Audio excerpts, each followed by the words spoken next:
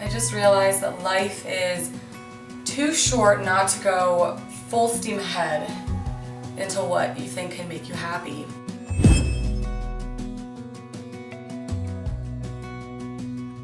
Alright, so I am just getting home from a couple of night shifts. I work on a neurosurgical floor and I love being a nurse. I have been a nurse for over a year and there is nothing like getting to help those who cannot truly help themselves or those that really need help.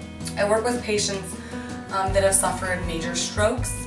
I work with patients that have just been diagnosed with brain tumors, those that have just had brain tumors removed, people with severe seizure disorders, cerebral palsy. If it involves the brain or the spine, it's something that I have probably encountered. Some patients will never walk again, some will never talk again, some will never get back to the life that they had before the disease took away a part of who that person was. Being in the profession that I'm in, I've realized that life is way too damn short. You have to be fearless in the pursuit of the things that you could be happy with. I see my patients so thankful for the lives that they still have and the abilities that they still have, and it makes me realize that we can always live our lives a little better. We can always learn to appreciate our lives a little bit more. And a lot of my patients or the people that I meet are just really happy to still be alive or really happy to just have some type of quality. And it made me start realizing that happiness is different for everybody. And I wanted to take a look at what happiness really means. So I interviewed a few people and this is this is what I got. Let's talk about happiness. What makes you happy? Nothing. Love. What do you love, Junebug? My mommy and daddy. Jose. Yeah, Daisy. I'm all done. I am a registered nurse, but more so, I'm a mother, a grandmother, and an equestrian.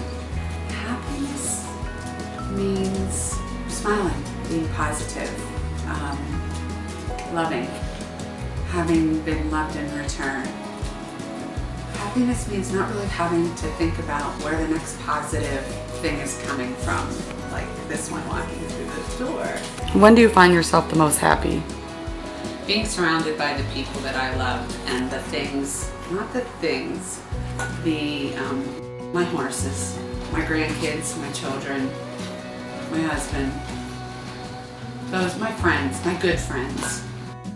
Okay, what kind of things would you like to do to be more happy? Moving somewhere warmer. Moving somewhere warmer, spending more time with my family, getting more involved with, probably with my equestrian life too.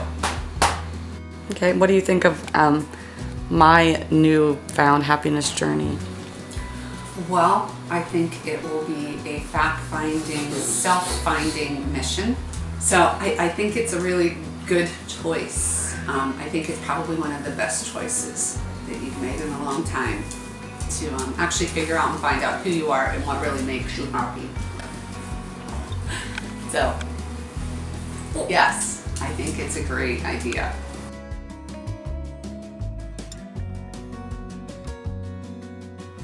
My name is Tom Gathman. I'm a professional adventurer, meaning I walk around and have fun in the woods and deserts and mountains all over the country. Happiness to me, feeling happy with where you are and what you're doing and that you know that you're on the right path. You don't wake up in the morning and decide you're happy, you just feel it. Things that make me happy. Food, I like food a lot. No, I like backpacking. I like being out in nature. I like spending time with people that also like spending time in nature. I enjoy photography. I enjoy pushing myself physically. I enjoy sunrises and sunsets when there's not another human around, not another vehicle, road, anything. Those things make me happy. And if you could tell people one thing that could bring them a little bit of happiness, what would you tell them? I never really let other people determine what it was going to be that I was going to do. Whatever other people wanted us to do is what they want for themselves. It's not what we want for ourselves. So you just kind of have to like realize that, you know, listening to yourself without other people dictating, you know, what you think you're supposed to be doing. That's like how you can begin to find your own happiness. Go down the path where you'll find your happiness. Jules, my name is Jen. I've been a registered nurse for 40 years. I don't believe in like true happiness. I think that there are things that make you happy and that there are these little sporadic spots through life that you have to grab. It's when you're at peace and content and just feel joyful. When are you the most happy? Oh golly. When my kids are loving on me, they're all grown up when they come home to visit. My dog Penelope, she's really cute. Being at the beach. Sarah's chocolate, oh my gosh. Loving relationships, family, and the museum, and artwork, and music, cooking. Those are the things. One bit of advice for somebody about how to go out and get that happiness. What would that one piece of advice be? I think you have to be happy alone by yourself first. Because a lot of people make the mistake, they think they have to be with someone to be happy. I think that you have to find your comfort spot, your happy thought, what makes you feel serene and calm, and also what makes you laugh really hard. I think that the overwhelming takeaway from talking to people about what happiness means to them and what makes them happy is honestly that happiness is different for everybody.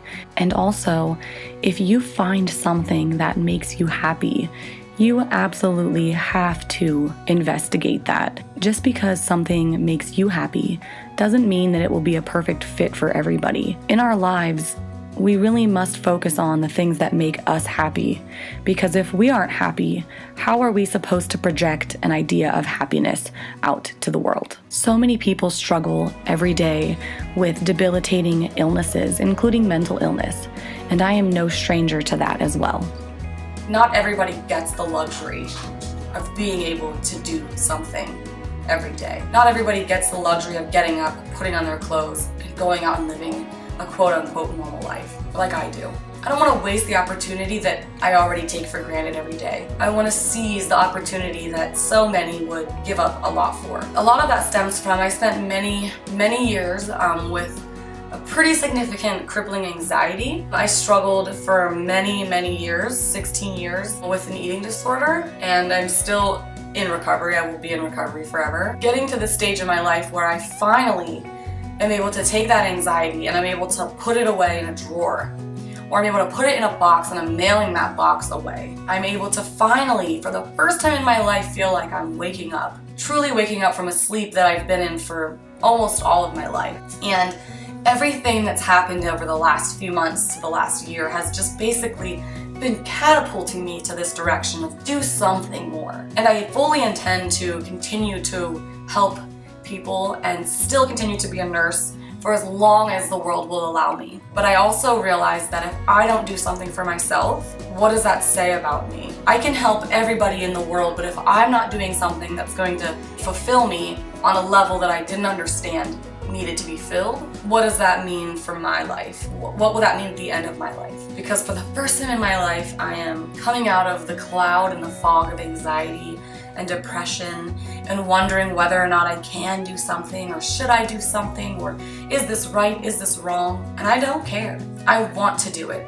So therefore, I will. I'm so excited to finally get to experience life the way that I want to experience it, and not the way that I've been experiencing it based on the way that my mind interprets information.